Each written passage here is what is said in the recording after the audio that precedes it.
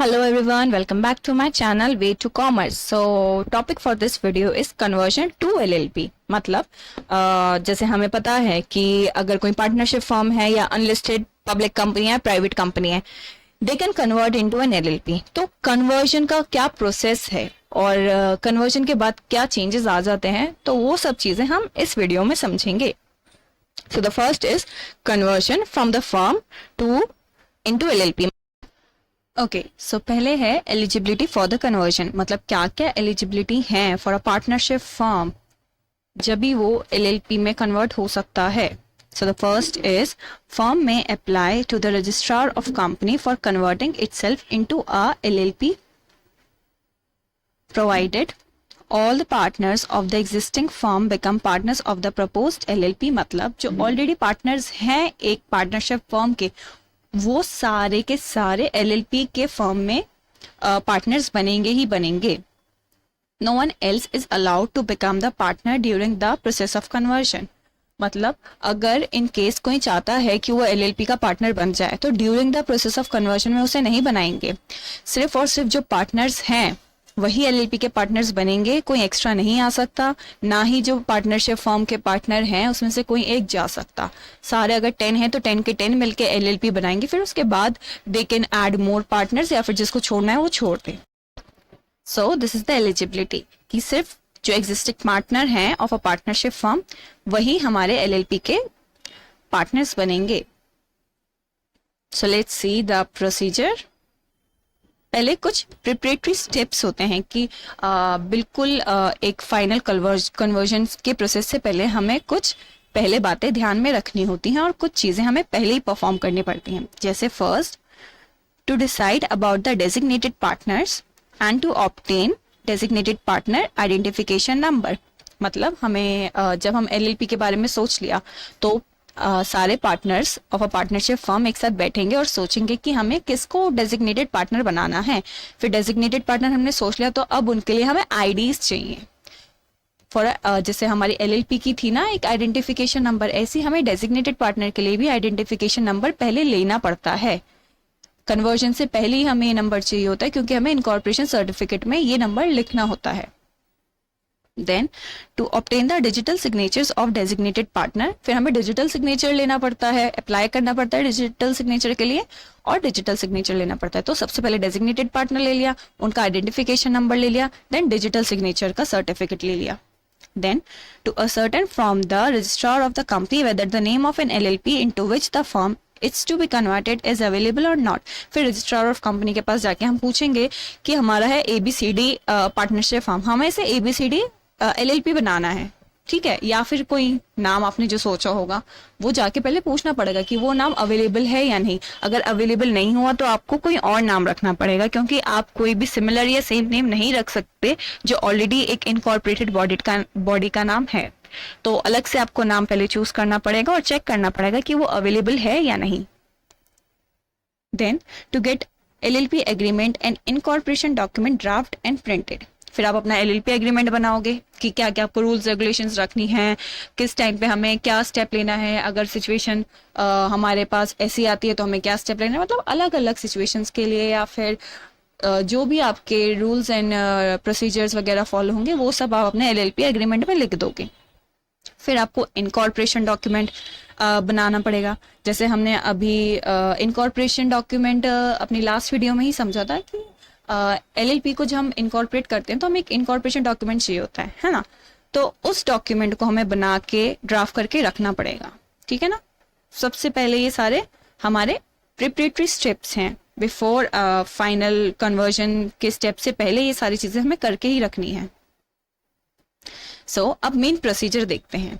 पहले हमने वो 5 स्टेप्स कर लिए, अब उसके बाद हमारा मेन प्रोसीजर आता है. जब हमने सारी चीज़ें कंप्लीट कर ली जो हमको चाहिए थी, हमने डेजिग्नेटेड पार्टनर बना लिया, उनका आइडेंटिफिकेशन नंबर ले लिया, फिर उनके लिए हमने डिजिटल सिग्नेचर ले लिया, फिर नाम चेक कर लिया कि है कि नहीं, फिर हमने LLP एग्रीमेंट और इनकॉर्पोरेशन डॉक्यूमेंट प्रिंट करा लिया. अब पूरा प्रोसेस है कि हमें कन्वर्ट कैसे करना है, तो देखते हैं. तो after preparatory steps an application is to be made online in form number 17 to the registrar of company of the state in which the registered office of proposed LLP is to be situated for the conversion of an LLP. अब हमको क्या करनी है, एक online application डालनी है, किस पे, रजिस्ट्रार ऑफ कंपनी। कौन से रजिस्ट्रार के, जिस स्टेट में हमारा रजिस्टर्ड ऑफिस होने वाला है अपनी LLP का।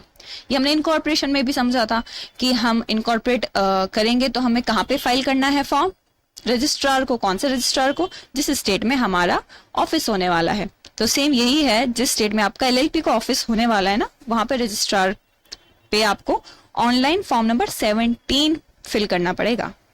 अब इस एप्लीकेशन के साथ you have to give some documents. जैसे अगर मैं आधार कार्ड के लिए अप्लाई कर रही हूँ तो वहाँ पे भी मुझे कुछ डॉक्यूमेंट्स देने पड़ते हैं ना विद एप्लीकेशन फॉर्म, अपना बर्थ सर्टिफिकेट, अपना एड्रेस प्रूफ, एक्सेट्रा एक्सेट्रा। ऐसे ही यहाँ पे भी एप्लीकेशन के साथ आपको कुछ डॉक्यूमेंट्स देने पड़ेंगे। So the first is a statement by all its partner in a prescribed form containing the following particulars. एक तो स्टेटमेंट जो पार्टनर्स है ना सारे, वो ही सब सारे पार्टनर्स जो अभी पार्टनरशिप फर्म के हैं वो सब एक स्टेटमेंट जारी करेंगे। उस स्टेटमेंट में क्या होगा, the name and registration number of the firm. मतलब अगर हमने पार्टनरशिप फर्म रजिस्टर्ड कराया है तो हमें एक रजिस्ट्रेशन नंबर मिला होगा, तो नेम और रजिस्ट्रेशन नंबर अगर है, अगर नहीं है तो जस्ट नेम, रजिस्ट्रेशन नंबर उस केस में नहीं देना पड़ेगा। लेकिन अगर आपने पार्टनरशिप फॉर्म अपना रजिस्टर्ड कराया है तो आपको अपना रजिस्ट्रेशन नंबर भी देना पड़ेगा उस स्टेटमेंट में। Second, the date on which the firm was registered under the partnership act और अंडर एनी अदर लॉ। फिर जिस डेट पे आपने अपना पार्टनरशिप फर्म स्टार्ट किया था वो डेट आपको लिखनी पड़ेगी उस स्टेटमेंट में। ठीक है, तो सारे पार्टनर से वो स्टेटमेंट साइन होगी जहां पे अपने नेम और अपना registration number plus date of incorporation of that partnership firm. The next is, फिर आपको इनकॉर्पोरेशन डॉक्यूमेंट बिल्कुल सेम वही वाला होगा जो आपने इनकॉर्पोरेशन ऑफ एन LLP के टाइम पे देखा था। बिल्कुल सेम वही होगा, वही प्रोसीजर होगा, सब कुछ पूरा वही वाला एप्लीकेशन फॉर्म होगा, उसका जो डॉक्यूमेंट्स वगैरह लगाए थे वही सब लगेंगे। ठीक है, then third is statement made by an advocate, CS, CA या फिर cost accountant who is engaged in the formation of LLP and by one of the subscribed one who has subscribed his name in the incorporation document. Again वही चीज जो हमने incorporation में समझा था कि एक स्टेटमेंट होगी, मतलब स्टेटमेंट क्या होती है, डिक्लेरेशन होती है ना, कि लिखते हैं कि सारे जो हम यहाँ पे डॉक्यूमेंट्स दे रहे हैं वो सारे रियल हैं, ओरिजिनल हैं, ठीक हैं, कुछ गलत हुआ था अब हम पे एक्शन ले सकते हो, ऐसे स्टेटमेंट जारी करनी पड़ेगी। और वो स्टेटमेंट साइन कौन करेगा, कोई भी एक CS, चार्टर अकाउंटेंट या कॉस्ट अकाउंटेंट और एक सब्सक्राइबर, मतलब कोई भी पार्टनर जिसका नाम हमने इनकॉर्पोरेशन डॉक्यूमेंट में लिखा हुआ है, एक उसका साइन होना चाहिए और एक या तो CA हो सकता है, CS हो सकता है या फिर कोई एडवोकेट हो सकता है या फिर कॉस्ट अकाउंटेंट, इन चारों में से एक। ठीक है, The next is statement of assets and liability of the firm duly satisfied as true and correct by the charter accountant. In practice, the statement should be made upon the date not preceding 30 days from the date of application. अब आपको statement of assets and liability देना पड़ेगा। जो आपकी partnership firm है, ठीक है, उसकी जितनी भी असेट्स हैं, उसकी लाइबिलिटीज हैं, तो आपको वो स्टेटमेंट बनानी पड़ेगी। और वो कौन सेटिस्फाई करेगा कि ये ठीक है, सिर्फ और सिर्फ चार्टर अकाउंटेंट जो प्रैक्टिस में हो। कोई रिटायर्ड नहीं होना चाहिए, कोई आर्टिकलशिप करने वाला नहीं होना चाहिए, नहीं, जो अभी प्रैक्टिस में है वही साइन करेगा और वो बताएगा कि yes it is true and correct. और ये स्टेटमेंट आपको कब सबमिट करनी है, 30 दिन पहले। जब आप एप्लीकेशन सबमिट कर रहे हो ना, तो 30 दिन से ज्यादा पुरानी नहीं होनी चाहिए। फॉर एग्जाम्पल, अगर आपने एप्लीकेशन बनाई है ऑन 30th मार्च, ठीक है ना, आप इस दिन अपना अप्लाई कर रहे हो फॉर कन्वर्जन, तो आपकी 1 मार्च से ज्यादा पुरानी एप्लीकेशन या मतलब स्टेटमेंट ऑफ अकाउंट्स नहीं होनी चाहिए। इससे ज्यादा पुरानी आपकी statement of liability and assets नहीं होनी चाहिए। सिर्फ 30 दिन का टाइम है, इससे पुरानी हुई फॉर से अगर 29 फेब की भी हुई ना तो रिजेक्ट कर देंगे। सिर्फ और सिर्फ 30 दिन पुरानी होनी चाहिए, 30 दिन से ज्यादा पुरानी नहीं होनी चाहिए। जैसे हम डोमिसाइल का सर्टिफिकेट बनवाते हैं तो उसमें क्या होता है, उसमें भी वो आपसे बोलते हैं ना कि आपका 3 साल का रेजिडेंशियल प्रूफ होना चाहिए ऑफ अ सर्टेन स्टेट। अगर 3 साल से पुराना हुआ, 4 साल 5 साल, तो वो एक्सेप्ट नहीं करेंगे। लेटेस्ट मांगता है ना हर केस में, ऐसे ही यहाँ पे भी आपकी latest statement of assets and liability मांगते हैं। ज्यादा पुरानी नहीं चलेगी, आप जब कन्वर्जन के लिए जा रहे हो तो आपकी लेटेस्ट मतलब विद इन द 30 डेज ही होना चाहिए। Next is list of all the creditors और उनका कंसर्न ऑफ कन्वर्जन। जितने भी आपके क्रेडिटर्स हैं उनका कंसर्न आपको लेना पड़ेगा कि उन्होंने अलाउ कर दिया कि हाँ आप पार्टनरशिप फर्म से एलएलपी में चले जाओ, हम बिल्कुल राजी हैं और हम आपके अभी पार्टनरशिप फर्म के क्रेडिटर्स हैं, बाद में हम एलएलपी के हो जाएंगे, हमें कोई दिक्कत नहीं है। तो ये कंसर्न आपको हर क्रेडिटर से लेना पड़ेगा, चाहे कितना भी छोटा क्रेडिटर हो कितना भी बड़ा। The next is the clearance, approval or permission from the concerned body authority if needed. अगर कोई एक्स्ट्रा अप्रूवल, परमिशन या क्लियरेंस चाहिए तो वो चीज़ भी आपको लेनी पड़ेगी, ठीक है। अगर नहीं चाहिए तो इट्स ओके, लेकिन अगर किसी किसी केसेस में फॉर से आप एलएलपी किसी एरिया, ऐसे एरिया में कर रहे हो जो रेजिडेंस का एरिया है, वहाँ पे कुछ फैक्ट्रीज या फिर कुछ ऑफिसेज वाला नहीं है, लेकिन अगर आपने कोई परमिशन ले ली तो वहाँ पे आप ऑफिस खोल सकते हो, तो वो एक्स्ट्रा परमिशन हो गई ना। तो ऐसी कुछ क्लियरेंस, परमिशन या फिर कोई भी अप्रूवल है ना एक्स्ट्रा जो रिक्वायर्ड है, तो वो आपको देना पड़ेगा। Then other attachments like income tax return filed, particulars of pending proceedings if any, या फिर rejection letter by the registrar for the conversion applied earlier etc. मतलब एक्स्ट्रा कोई डिटेल्स हैं, जैसे इनकम टैक्स रिटर्न हो गया या फिर कोई पेंडिंग प्रोसीडिंग्स है, मतलब कोई कोर्ट में आपका केस वगैरह चल रहा है, या फिर आपने पहले अप्लाई किया था as a firm to convert into LLP पर वो रिजेक्ट हो गया किसी ग्राउंड पे, तो वो चीज़ भी आपको यहाँ पे लिखना पड़ेगा कि पहले मेरा जो है पार्टनरशिप फर्म रिजेक्ट हो गया था इस प्रॉब्लम में, अब वो मैंने प्रॉब्लम सॉल्व कर दी है और मैं फिर से अप्लाई कर रहा हूँ फॉर द कन्वर्जन। तो ये सारी चीज़ें आपको लगानी पड़ेंगी with the application, the extra documents with the application जो आप फॉर्म नंबर 17 में फिल करोगे online. Then along with the above documents आपको एक फीस भी देनी पड़ेगी, जो रजिस्ट्रेशन फीस रिक्वायर्ड होती है, जो भी प्रिस्क्राइब्ड रेट होगा ना उस टाइम पे, वो आपको इस एप्लीकेशन के साथ, इन डॉक्यूमेंट्स के साथ देनी पड़ेगी।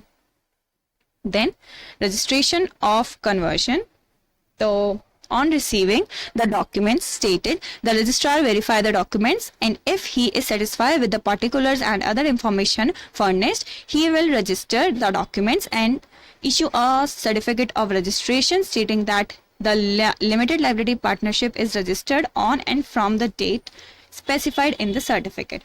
फिर क्या होगा, आपने अब सबमिट कर दिया, अब रजिस्ट्रार चेक करेगा, या तो अगर उसे सब ठीक लगा तो वो एक्सेप्ट कर देगा और हो सकता है रिजेक्ट भी कर दे, है ना। अगर एक्सेप्ट हो गई तो मतलब वेरीफाई करेगा ना, तो उसके बाद उसने कहा हाँ सब कुछ ठीक है तो लेट्स एक्सेप्ट दिस एप्लीकेशन, उसने एक्सेप्ट कर दिया और फिर आपको क्या मिलेगा, सर्टिफिकेट ऑफ रजिस्ट्रेशन। उसमें सर्टिफिकेट ऑफ रजिस्ट्रेशन में लिखा होगा कि ये एलएलपी है, रजिस्टर्ड इस दिन हुई है और इस दिन से इसका सर्टिफिकेट हमने इनकॉर्पोरेट किया है। अब देखो intimation to the registrar. Intimation मतलब अनाउंसमेंट करना रजिस्ट्रार को। पहले तो आपकी अब कन्वर्जन हो गई है, अब आपको अनाउंसमेंट मतलब आपको इन्फॉर्म करना है रजिस्ट्रार को कि आपकी कन्वर्जन हो गई। तो आप कौन से रजिस्ट्रार को अब यहाँ पे इन्फॉर्म करोगे?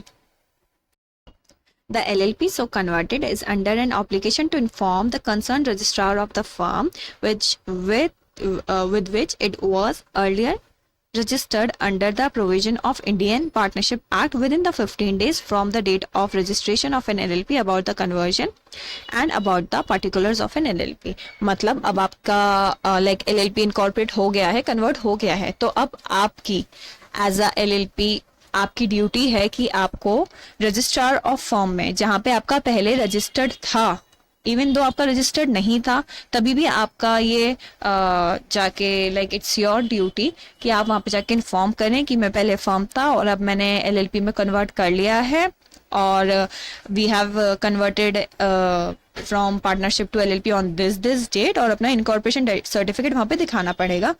कब? With in 15 days. 15 दिन से ज्यादा लेट नहीं होना चाहिए, सिर्फ और सिर्फ 15 दिन का टाइम है आपको। 15 दिन के अंदर अंदर ये इन्फॉर्मेशन रजिस्ट्रार ऑफ फर्म को देनी है कि अब हमने कन्वर्ट कर लिया है टू एन एलएलपी। और अगर आपने कोई डिले करा तो उस डिले के लिए आपको पेनल्टी लगेगा। हर दिन आपको 100 रुपये एक्स्ट्रा पे करना पड़ेगा। फॉर से 15 से 16 दिन हो गए, ठीक है, तो 16 डे मतलब एक एक्स्ट्रा डे हो गया, तो आपको 100 रुपये देने पड़ेंगे। 16th डे को जाके बता रहे हो, अगर 17th डे को जाके बता रहे हो तो आपको 200 देना पड़ेगा। 18th को जा रहे हो तो आपको 300 देना पड़ेगा। 20वें दिन जा रहे हो तो आपको कितना देना पड़ेगा? 500। तो जितना जितना डिले करोगे पर डे आप पे पेनल्टी लगेगी 100 रुपये की। देन इफेक्ट ऑफ रजिस्ट्रेशन, मतलब अब आपका जो इनकॉर्पोरेशन या फिर कन्वर्जन ऑफ एन एलएलपी हो गया, रजिस्ट्रेशन जो एलएलपी हो गया, तो उसके बाद क्या क्या चेंजेस आएंगे. So the first is, on and from the date of registration is specified in the certificate of registration. The effect of registration on the conversion shall be as follows. क्या क्या होता है देखते हैं. So the first is, a LLP comes into an existence by the name specified in the certificate of registration. मतलब पहले तो यही है कि आपका LLP आ गया है, इनकॉर्पोरेट हो गया है, कन्वर्ट हो गया है, जो नेम सर्टिफिकेट ऑफ रजिस्ट्रेशन में गिवन है उस नाम से. दूसरा, सारे टेंजिबल, इंटेंजिबल, मूवेबल और अनमूवेबल गुड्स, जितना भी इंटरेस्ट, राइट्स, प्रिविलेज है, लाइबिलिटी या ऑब्लिगेशन है related to the firm and the whole of undertaking of the firm will be transferred. सारी चीजें ट्रांसफर हो जाएंगी टू एन LLP, क्योंकि अब तो LLP में चला गया ना. पहले पार्टनरशिप था, जो पार्टनरशिप फर्म की सारी राइट्स, रिस्पॉन्सिबिलिटीज, सारे प्रिविलेजेस, सब कुछ ट्रांसफर हो जाएगा टू एन LLP. उसके लिए आपको कोई एक्स्ट्रा अश्योरेंस या कोई एक्स्ट्रा एक्ट या डीड फॉलो नहीं करना पड़ेगा. इट इज इम्प्लाइड कि अब आपने LLP में कन्वर्ट कर लिया है, जो पार्टनरशिप का सब कुछ सामान था वो अब आपका LLP में आ गया है. Okay, the third is, the firm is deemed to be dissolved if the firm is registered under the Indian Partnership Act. And then its name is also be deemed to be removed from the register of the firms maintained by the registrar. मतलब अगर आपका firm जो है register हुआ था under partnership act, तो अब उसे हटाना पड़ेगा रजिस्टर में से. कौन से रजिस्टर में से? जहाँ पे भी ये आपका पार्टनरशिप फर्म में पार्टनरशिप एक्ट के अंडर जहाँ पर भी ये रजिस्टर हुआ था ना, वहां से आपको इसका नाम हटवाना पड़ेगा. ठीक है, मतलब वहां से हट गया, LLP बन गया, सारी चीज आपकी ट्रांसफर हो गई फ्रॉम पार्टनरशिप टू LLP और पार्टनरशिप से आपका नाम कट गया. तो ये 3 इफेक्ट आते हैं after the registration. Okay, the next is conversion from private company into limited liability partnership. पहले हमने पार्टनरशिप का समझा, जो ट्रेडिशनल पार्टनरशिप फर्म से हम LLP कैसे आ गए. अब हम समझेंगे प्राइवेट कंपनी LLP कैसे बनती है.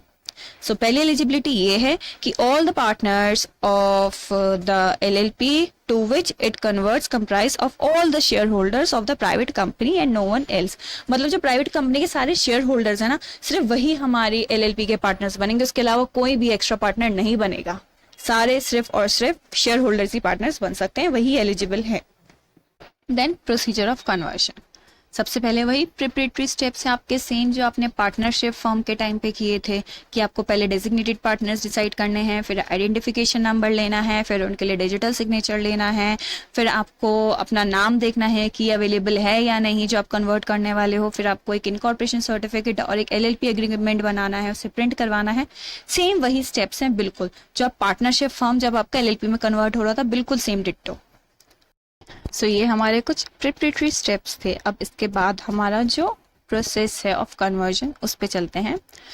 सबसे पहले you have to fill application form online, form number 18. जैसे आपका पार्टनरशिप फॉर्म में क्या था, आप 17 फॉर्म नंबर फिल करते थे. कंपनी के केस में इट इज फॉर्म नंबर 18. बिल्कुल सेम वही प्रोसेस है, थोड़ा सा डिफरेंस है क्योंकि पार्टनरशिप था वो और ये कंपनी है. तो यहाँ पे आपको फॉर्म नंबर 18 सबमिट करना है. अगेन आपको कुछ डॉक्यूमेंट सबमिट करना है. सबसे पहले आपको स्टेटमेंट देनी है जिसमें आपके सारे पार्टनर्स कौन होते हैं इसमें? Share holders. आपके सारे शेयर होल्डर्स के द्वारा जारी करी गई स्टेटमेंट आपको देनी पड़ती है, जिसमें name and registration number of the company होगा. तो कंपनी जो है it is mandatory for a company to register, तो कंपनी का नेम और रजिस्ट्रेशन नंबर जरूर होगा. ऐसे ही डेट ऑफ इनकॉर्पोरेशन, जिस दिन आपकी कंपनी इनकॉर्पोरेट हुई थी वो date of incorporation. Then next वही आपका इनकॉर्पोरेशन डॉक्यूमेंट, फिर स्टेटमेंट जो आपका एक company secretary, charter accountant, cost accountant या फिर एडवोकेट के द्वारा साइन की होनी चाहिए, और उसके साथ साथ आपका एक सब्सक्राइबर भी उसे साइन करे. फिर आपको statement of assets and liability देना पड़ेगा. वही सेम है इसमें भी कि आपकी जो स्टेटमेंट है, पार्टनरशिप फर्म में क्या था कि वो स्टेटमेंट आपकी चार्टर अकाउंटेंट साइन करेगा, लेकिन इधर कंपनी के केस में ऑडिटर होता है. Auditor of a company sign करेगा कि ये जो statement of assets and liability है ये बिल्कुल करेक्ट है, बिल्कुल ट्रू है.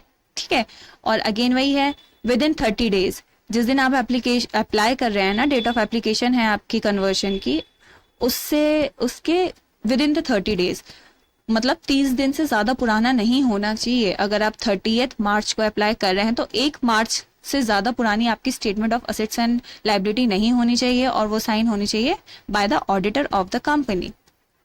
देन अगेन वही है कि सारे क्रेडिटर्स का कंसर्न होना चाहिए। देन कोई क्लियरेंस है, एक्स्ट्रा अप्रूवल है जो चाहिए तो वो भी आपको लगाना पड़ेगा। देन एक्स्ट्रा अटैचमेंट आपका जो इनकम टैक्स रिटर्न है, बाकी सारे नेसेसरी डॉक्यूमेंट्स जो आपको चाहिए वो लगाने पड़ेंगे। अगर पहले रिजेक्शन मिली है तो वो भी आपको लगाना पड़ेगा। फिर अगेन आपके ये जो सारे डॉक्यूमेंट्स हैं इसके साथ आपको फीस देनी पड़ेगी रजिस्ट्रेशन की। देखो बिल्कुल सेम वही कन्वर्जन प्रोसेस हो रहा है, बस थोड़ा थोड़ा सा डिफरेंस है। जैसे वहाँ पे पार्टनरशिप में फॉर्म नंबर 17 था, यहाँ पे फॉर्म नंबर 18 है। वहाँ पे आपकी आपकी statement of assets and liability charter accountant sign करेगा, यहाँ पे ऑडिटर साइन करेगा। बिल्कुल सेम ही तो प्रोसीजर चल रहा है। अब देखते हैं रजिस्ट्रेशन ऑफ कन्वर्जन। यहाँ पे भी अगर रजिस्ट्रार को लगा कि सब कुछ ठीक है तो आपको सर्टिफिकेट ऑफ रजिस्ट्रेशन दे देगा, सर्टिफिकेट ऑफ इनकॉर्पोरेशन दे देगा। अगर नहीं लगा तो वो रिजेक्ट कर सकता है ना। फिर इसके बाद अगेन वही है इंटीमेशन टू रजिस्ट्रार, मतलब आपको रजिस्ट्रार को बताना पड़ेगा। जब पार्टनरशिप की बात थी तो आप कौन से रजिस्ट्रार को बता रहे थे? Registrar of firm. ये कंपनी की बात है तो आपको बताना पड़ेगा रजिस्ट्रार ऑफ कंपनी। अगेन वही विद इन 15 डेज में आपको बताना पड़ेगा कि हमने कन्वर्जन करा लिया है टू एन LLP। और अगर आपने कुछ लेट करा तो आपकी पेनल्टी लगेगी पर डे 100 रुपीज। बिल्कुल एग्जैक्ट वही है, बस कुछ कुछ चीजें, बिल्कुल छोटी छोटी चीजें चेंज हो रही है और वो चीज करनी ही पड़ेगी क्योंकि वहां पे तो हम पार्टनरशिप की बात कर रहे थे, यहाँ पे हम कंपनी की बात कर रहे हैं। लेकिन कन्वर्जन तो हमारा LLP में ही हो रहा है ना, तो प्रोसेस तो हमारा बिल्कुल सेम वही रहेगा, बस थोड़े से डॉक्यूमेंट्स कुछ फॉर्म्स का फर्क रहेगा, बाकी सेम आपका कन्वर्जन रहेगा। अब next is conversion from unlisted company into limited liability partnership. तो इसका सेम टू सेम कन्वर्जन वही है जो आपका प्राइवेट कंपनी का था कि आपको फॉर्म नंबर 18 ही चाहिए होगा और वही सारे स्टेटमेंट्स लगाने पड़ेंगे जो आपको डॉक्यूमेंट्स बोले हैं। फिर उस डॉक्यूमेंट्स के साथ आपकी statement of assets and liability लगेगी, वो साइन आपका ऑडिटर ही करेगा और विद इन 30 डेज वाली होनी चाहिए, उससे ज़्यादा पुरानी नहीं होनी चाहिए। तो सेम डिट्टो जो आपकी कंपनी का कन्वर्जन है ना पब्लिक कंपनी प्राइवेट कंपनी का, वही आपकी अनलिस्टेड पब्लिक कंपनी का भी होगा सेम।